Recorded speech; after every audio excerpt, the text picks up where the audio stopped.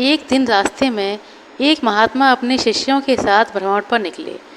गुरुजी को ज़्यादा इधर उधर की बातें करना पसंद नहीं था।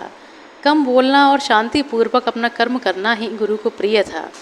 परंतु शिष्य बहुत अलग था। उसे हमेशा इधर उधर की बातें ही सूझती। उसे दूसरों की बातों में बड़ा ही आनंद आता था। चलते हुए जब वो तालाब से होकर गुजर रहे थे तो उन्होंने देखा कि एक धीवर नदी में जाल डाले हुए है। शिष्य यह सब देख खड़ा हो गया और धीवर को अहिंसा परमो धर्म का उपदेश देने लगा। लेकिन धीवर कहाँ समझने वाला था। पहले उसने टालम टोल करनी चाहिए और बात जब बहुत बढ़ गई तो शिष्य और धीवर के बीच में झगड़ा शुरू हो गया। यह झगड़ा देख गुरुजी उनसे बहुत आगे बढ़ गए थे। लौटे और शिष्य को अपने साथ चलने के लिए कहा और शिष्य को पकड़कर ले चले। गुरुजी ने अपने शिष्य से कहा, बेटा, हम जैसे साधुओं का काम सिर्फ समझाना होता है, लेकिन ईश्वर ने हमें दंड देने के लिए धरती पर नहीं भेजा है। शिष्य ने पूछा, महाराज को ना तो बहुत से दंडों के बारे में पता है और ना ही हमारे राज्य के राजा बहुतों को दंड देते हैं, तो आखिर इसको दंड कौन देगा।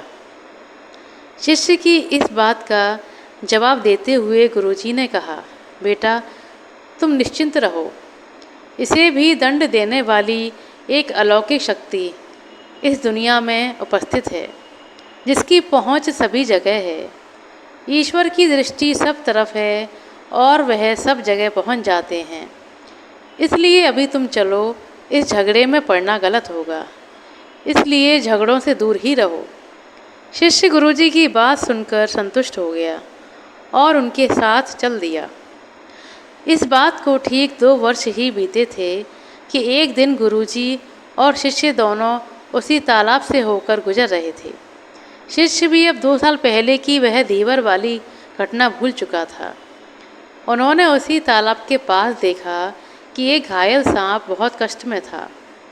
उसे हजारों चींटियां नोच नोच कर खा रही थीं।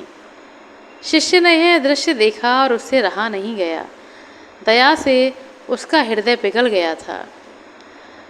वह सर्प को चींटियों से बचाने के लिए जाने ही वाला था कि गुरुजी ने उसका हाथ पकड़ लिया और उसे जाने से मना करते हुए कहा, बेटा, इसे अपने कर्मों का फल भोगने दो।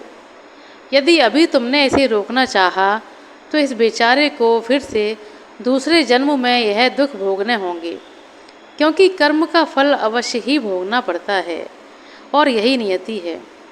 शिष्य ने गुरुजी से पूछा, गुरुजी, इसने ऐसा कौन सा कर्म किया है जो इस दुर्दशा में यह फंसा हुआ है। गुरु महाराज बोले, यह वही धीवर है जिसे तुमने 2 वर्ष पहले इसी स्थान पर मछलियों को ना मारने का उपदेश दिया था और वह तुम्हारे साथ लड़ने के लिए आग बबूला हुआ जा रहा था।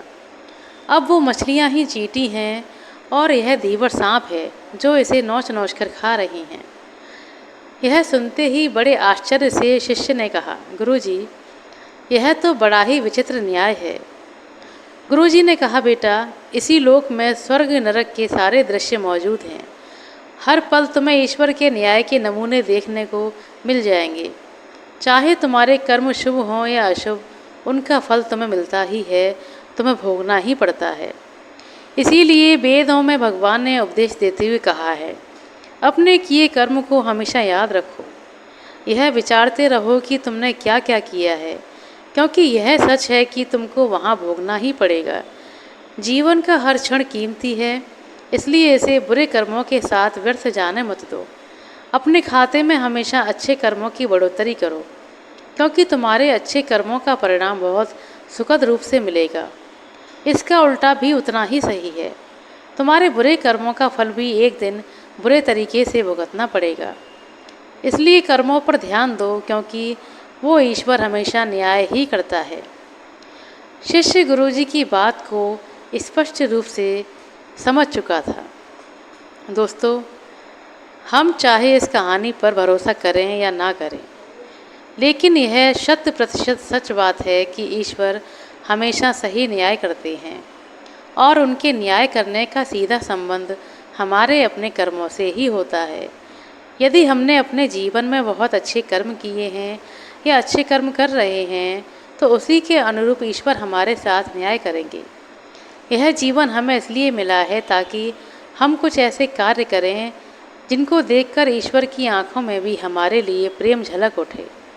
आशा करते हैं दोस्तों आपको हमारे द्वारा सुनाई गई छोटी सी कहानी अच्छी लगी होगी। कहानी पसंद आई हो तो कृपया लाइक कर दें, शेयर कर दें। चैनल पर नए हैं तो सब्सक्राइब कर लें। अपना कीमती समय देने के लिए बहुत बहुत धन्यवाद। मिलते हैं अगले वीडियो में, तब तक के लिए नमस्कार।